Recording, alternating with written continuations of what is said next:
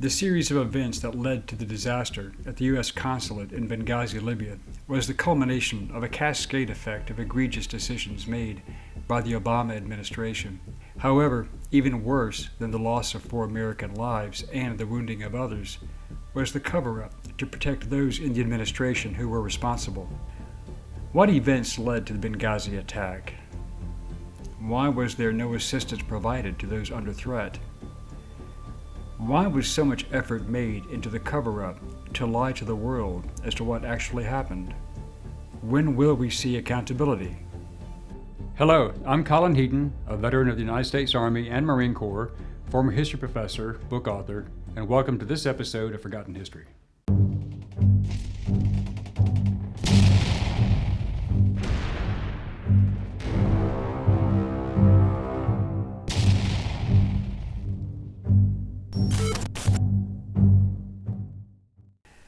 For a decade, the Libyan Muslim Brotherhood and the Al-Qaeda Libyan Islamic fighting groups tried to overthrow Libyan dictator Muammar Gaddafi with British MI6 support.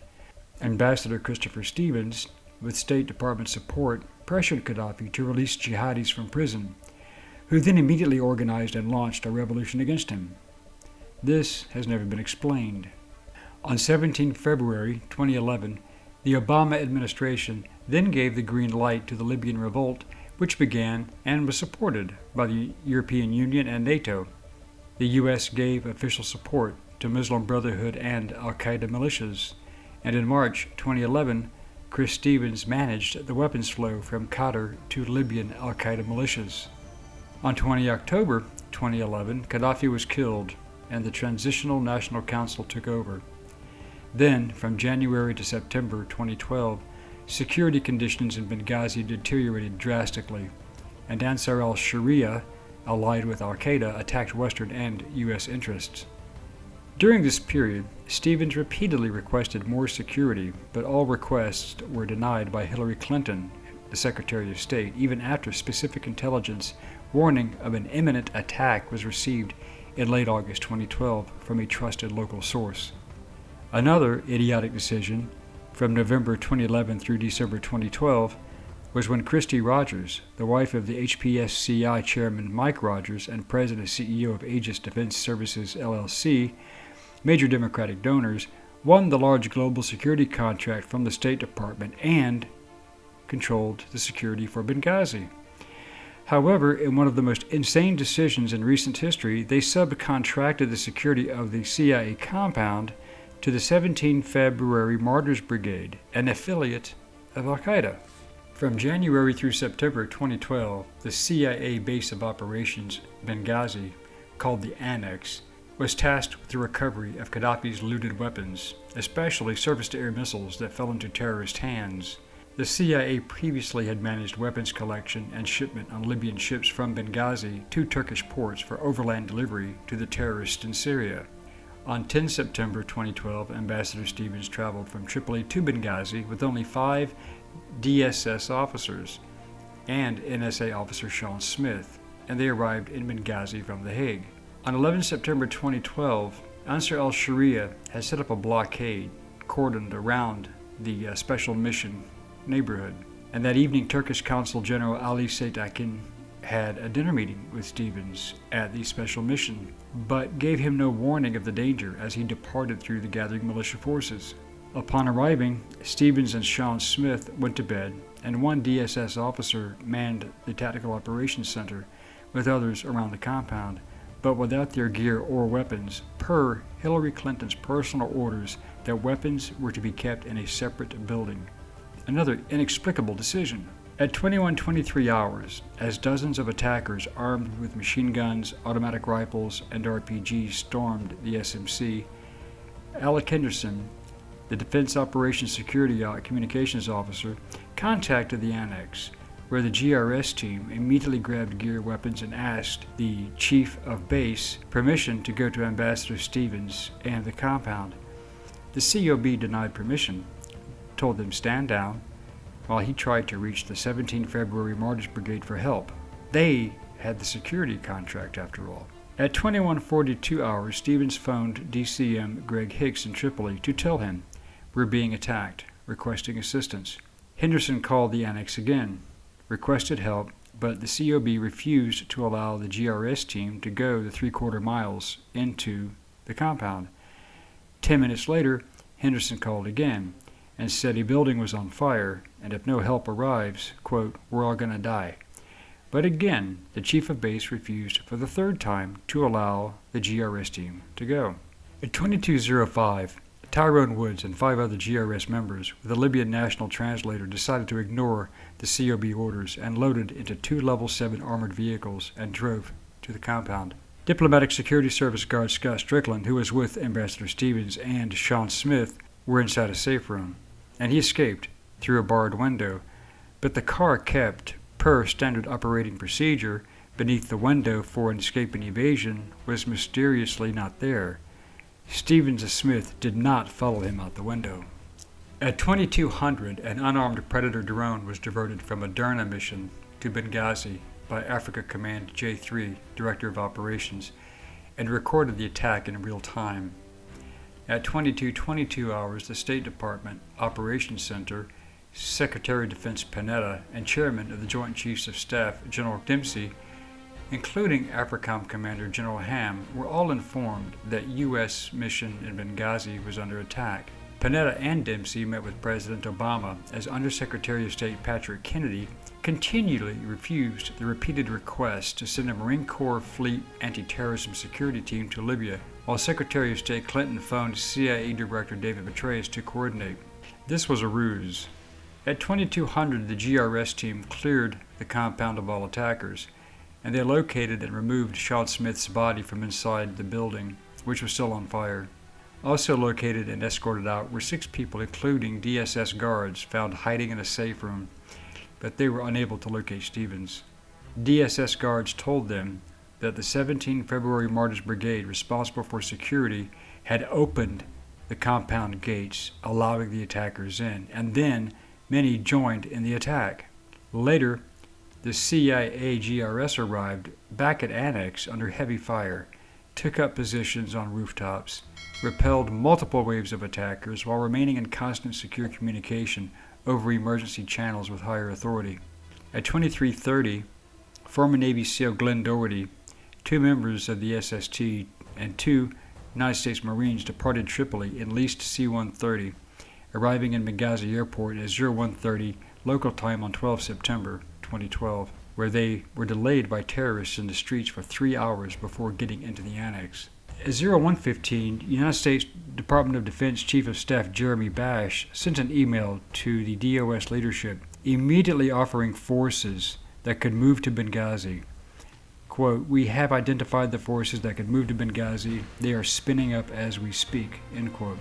F-16 fighters at Aviano Air Force Base in Italy, the 130-man USMC Fast Team at Sigonella Air Force Base, and the 10th Special Forces Group in Croatia were all alerted and available and ready to go.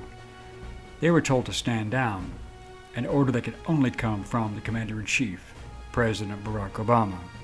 At 0200 hours on 12 February, DCM Greg Hicks spoke by phone with Secretary of State Clinton and her advisors and informed them that it was indeed a terrorist attack. But Clinton and Obama had immediately issued a State Department press release blaming a YouTube video for the attack, while Clinton withheld cross-border authority for a rescue. In most locations, that is called accessory to murder, or at the very least manslaughter. The least one could be charged with is dereliction of duty. The facts proved that the YouTube video was a lie. On 12 February 2012 at 0100 as well, Ambassador Stevens' body was found at the SMC by Libyan looters and taken to the Benghazi Medical Center, where doctors tried to revive him, but he was declared dead. At 0430, the Tripoli rescue team led by Doherty finally arrived at the CIA Annex and joined into the fight, and Doherty took up a position on one Annex building rooftop while others stayed below. At 0500, the final Ansar al-Sharia attack with mortars began. Ty Woods and Glenn Doherty were killed on the roof. DSS agent David Ubben, GRS Mark Geist Oz were gravely injured. At 0530, the Libyan rescue team finally arrived and the attack ended. The survivors, plus bodies of Stevens and Smith, departed Benghazi on a Libyan C-130, plus the leased C-130 from Tripoli. No U.S. military forces were ever sent to assist, and no official U.S. organization ever arrived at Benghazi through the entire night. They were left to die. That very day, the official White House State Department CIA cover-up began and continues to this day. Multiple congressional investigations, the State Department's Accountability Review Board, and Representative Trey Gowdy's Select Committee on Benghazi have never explained why the U.S. supported the Libyan al-Qaeda and Muslim Brotherhood to overthrow Gaddafi, which is puzzling as Gaddafi was at that time an American ally against al-Qaeda in North Africa. They have never explained why the U.S. facilitated gun running to al-Qaeda in both Libya in 2011 and Syria in 2012, and why the Special Mission Compound in Benghazi was stripped of desperately needed security. They never explained why the Obama administration failed to pre-position forces even in the face of multiple warnings, with weeks of advance notice, and why the members of the Obama White House to this day still lead an official cover-up about the true cause of the attacks against the U.S. mission in Benghazi. They also never explained their failure to even attempt a rescue of beleaguered mission personnel that resulted in the deaths of 4 Americans, the loss of the mission, and the creation of a Libyan failed state and terrorist haven. What came out of this nightmare was the reality that if U.S. forces had arrived and located the American weapons that were given to the terrorists, it would have been a major political disaster for Barack Obama in his run for a second term as president. And forces were available. Both Marines and the 10th Special Forces Group were within a few hours of Benghazi. The F-16 strike force was not sent because of the fear that a U.S.-made SAM could have taken one down, thus heightening the horrific possibility of explaining to Congress and the American people why the Obama administration gave such high-tech weapons to the very terrorist group that they were fighting in Afghanistan. The cover-up started immediately, as Clinton, Susan Rice, and anyone with vocal cords hit all the network and cable shows, telling the world that the attack was the result of an anti-Islamic video spurring a spontaneous attack. The reality shows that this explanation was a lie. First, no spontaneous crowd arrives to protest with automatic and crew-served weapons. Second, the attack was well planned in advance because every mortar round from first to last hit the targets. There was no adjusting fire. Their mortarmen had pre-targeted the compound. Third, the very Islamic group subcontracted to maintain perimeter security turned out to be terrorists themselves, an inside job. The outright lunacy of this argument that a video started a spontaneous attack was compounded when the authorities arrested the maker of the video, an expatriate Egyptian Coptic Christian named Nakula Basli Nakula, whose short video, The Innocence of Muslims, was blamed, making him the fall guy for their own criminal activity and the cover-up. In essence, Hillary Clinton and Barack Obama allowed good men to die to cover up a bad political decision, then arrested and prosecuted an innocent man in violation of his First Amendment rights to cover it up. That was the main reason Clinton had to try and destroy all the emails maintained on her illegal server, in violation of the National Security Act, and then destroyed all communication devices despite a legal subpoena to retain them as evidence. The following seems to be quite clear. Gaddafi's death allowed the U.S. weapons in his custody to fall into terrorist hands, which would have been better than Gaddafi having to explain why he had them in the first place. The Obama and Clinton cabal knew of the attack well in advance. This is not debated, but they allowed it to happen and to cover up the fact that the weapons were there at all. Embarrassing for a president running for a second term, touting his positives in fighting the war on terror while supplying the same terrorists with high-tech weaponry. The attack was allowed to happen, possibly in the hope that there would be no survivors to tell the world what had been going on. That is the only explanation for the many inconsistencies and the stand-down orders as the compound was being attacked. However, Clinton's chief aide, Huma Abedin, still had all the email traffic on this and many other issues. They were found on Abedin's laptop when the FBI arrested her husband, former Representative Anthony Weiner, for child sexual stalking on the internet using the name Carlos Danger. The question now is, where is the Weiner-Abedin laptop and all of that email evidence that was found? Only time will tell. Thank you for watching Forgotten History. Please click like, subscribe, and share. Send us comments and show ideas, and we will get back to you as soon as possible. Until next time.